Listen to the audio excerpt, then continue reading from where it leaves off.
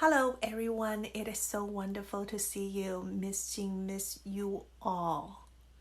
Today is the end of April and tomorrow we're going to embrace May and we're going to celebrate Mother's Day on May 10th. What a special month. And some of you told me that you are tired of staying at home all day long. All you want to do is to play outside, to go to a playground, to attend a birthday celebration with your friend, or just fly a kite. I understand how you feel completely. And as a grown-up, a lot of times we feel that way and frustrated.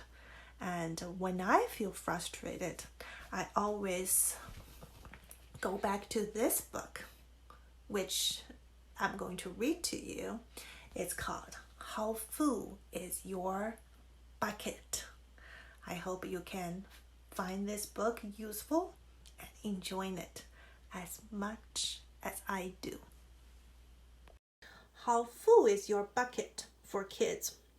Written by Tom Rath and Mary Reckmeyer, illustrated by Maury Manning, published by Scholastic.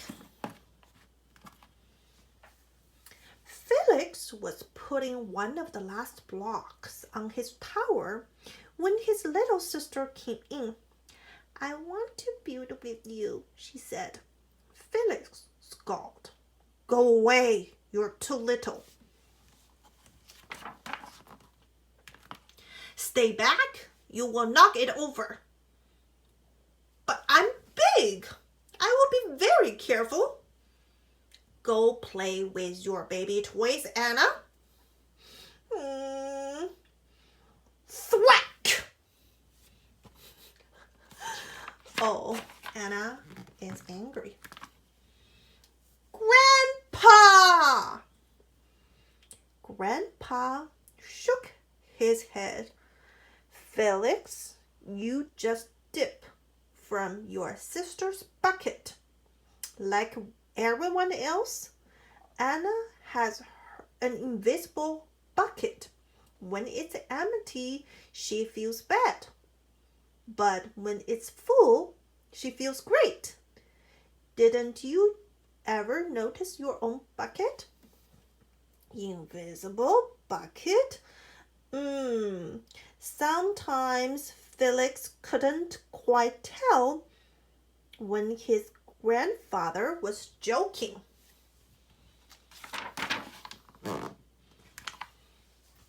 But the next morning, when Felix woke up, there it was, a small gray bucket floating above his head.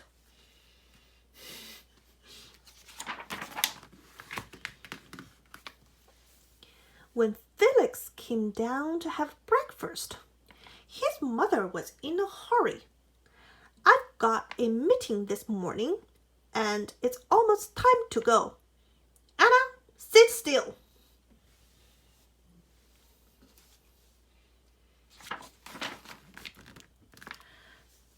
Felix slipped, and chocolate scattered across. "Felix," yelled his mother, "you should have used the stool to reach that." Felix could feel his bucket tip, and the big invisible drips spilled out. "Drip, drip!" "Ha ha!" Anna laughed as she crunched the cereal with her shoe. "Drip! Get the broom and clean that up before you miss the bus," scolded Mom. When the school bus honking, Felix quickly swept up the chocolate and grabbed the last blueberry muffin, but before he could even take one bite, oh no! Buster jumped up and grabbed the muffin from his hand. "Drip!" Hey, look at Felix's new backpack. My baby brother has one just like that. Drip. Psst. Felix. Psst. Drip. Watch out, shrimp. Drip. Oh, poor Felix. It was still morning, and Felix's bucket left almost empty. Oh, look at his face. As he watched his classmates walk into the room,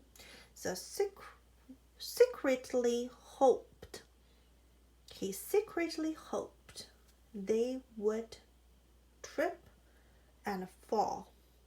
That's what it feels like when you have an empty bucket. It is called wish other people ill. Felix stumped into his seat and waited for something else bad to happen. Mrs. Bumblenicle walked slowly up to his desk and handed him a paper he couldn't hardly bear to read. Felix, you wrote a wonderful story. Would you please share it with the class? Felix grinned and felt a big drop land right in his bucket. Drop, drop, plop, plink, drop.